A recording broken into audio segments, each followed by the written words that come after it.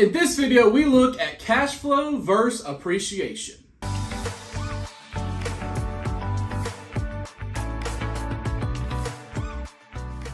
What's up, Casey? It's Guys here. Welcome back to another episode of Gulf Coast Investing, where we talk about all things investing right here on the Gulf Coast. I would love if you would like this video and consider subscribing to my channel for more great content just like this. So today's video is a very interesting one. It's one of the biggest debates in real estate investing, and it kind of changes yearly, which makes the debate, more and more valid because numbers and things like that change based on what's going on in the economy. So today we are talking about cash flow versus appreciation. So when you're looking to buy an investment property, should you buy it based on the cash that it's producing for you every month, every year, or should you look more at the appreciation value? So I want to kind of break those down and then give my thoughts on which one, and if there's some type of happy medium, then it's better for everybody.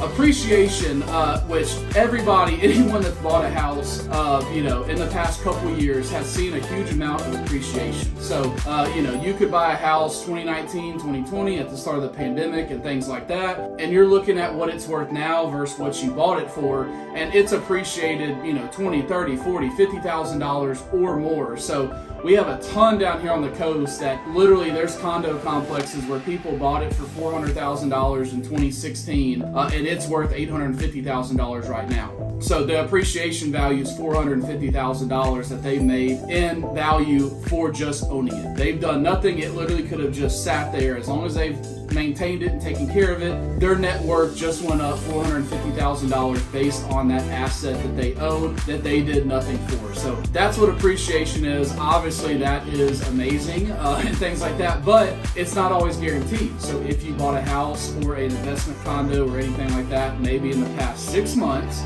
or even in the past year, appreciation may not be there. We're looking at units right now that people bought a year ago and they're trying to sell now, and they're going to take a loss on it because they bought at the height, it was worth $350,000. Now they'll be lucky to sell it for $320,000. So they lost, $30,000 of depreciation just for owning it. And again, and it sat there, market went down, and they lost value. So that's the risk reward. Again, that's why the market matters so much for appreciation. In the long term of things, in the long run, if you're not trying to just fix and flip or flip a house or rent it out and resell it or things like that, if you're gonna hold on to a unit 5, 10, 15 years plus, the rule of thumb is normally you're gonna get that 3 to 7% appreciation each year, and your value property, or the property value is gonna go up and you're covered. We had an extreme case of that the past couple years, and now it's kind of an extreme on the other side the past year or so, where extreme appreciation, and then the exact opposite where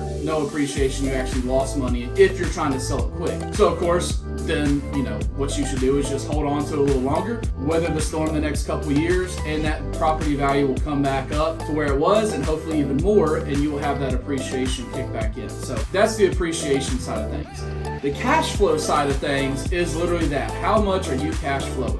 So if you are all into a property for $2,000 a month, and that's your mortgage, and that's including your interest rates, your property taxes, your insurance, any other utilities or things that you are taking care of and covering, that's $2,000. And what are you bringing in over that? And that's what your cash flow is. So if you're bringing in $2,100, you only have $100 of cash flow, $1,200 for the year. But if you're renting it out and you're making $3,000 a month, now that could either be on a long-term rental, you're just getting a flat rate $3,000 a month for a 1-year contract, so that's $1,000 again per month of cash flow that you're bringing in, so $12,000 for the year.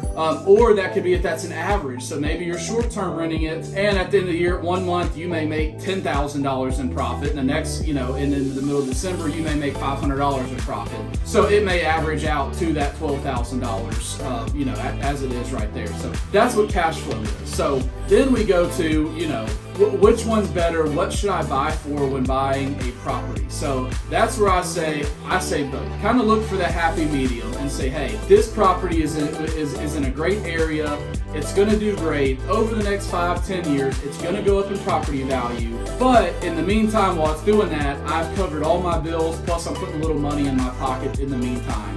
And usually, if it is a happy medium, you're going to get a little bit of both. You're going to get maybe not a ton of cash flow, but a little bit to pay your bills and keep it going. And maybe not a ton of appreciation, but it needs at least a little, enough to, keep your property values up and things like that. Kind of the happy medium is kind of the safer bet. If you're going for, make or break, hey, I just want to get mass cash flow, then appreciation may not be there. You may, because you bought in a not as nice neighborhood or not as nice area, you got such a good deal that your cash flow is huge. I'm making $2,000 a month, but yeah, my property value is going to stay the same the next 10 years. It may even go down a little bit because of the area, but all I care is about cash flow. Or on the other side, on the appreciation side, hey, because I bought so high, or because I bought and now the property value is so high, the rents and all that aren't quite there. They have not caught up with the prices. So I may be lucky to break even each year on my overall cash flow, but my appreciation value is huge. So again, a cash flow, a little bit more, your numbers. Usually that's not going to change much. The only thing that's going to change is if you lose a renter,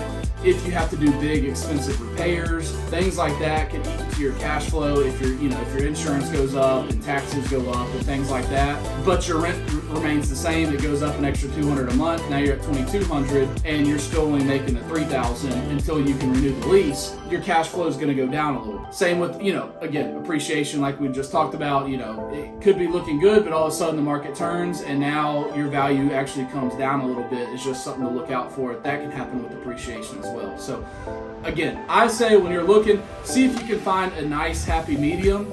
Again, there's also a whole nother video on what is better, long-term rentals versus short-term rentals, and there's pros and cons. So many pros and cons to either one. So I say it's the same thing for cash flow versus appreciation. Again, try to find that one. It was pretty hard not to do the appreciation side in the past couple of years because literally everything went up in value.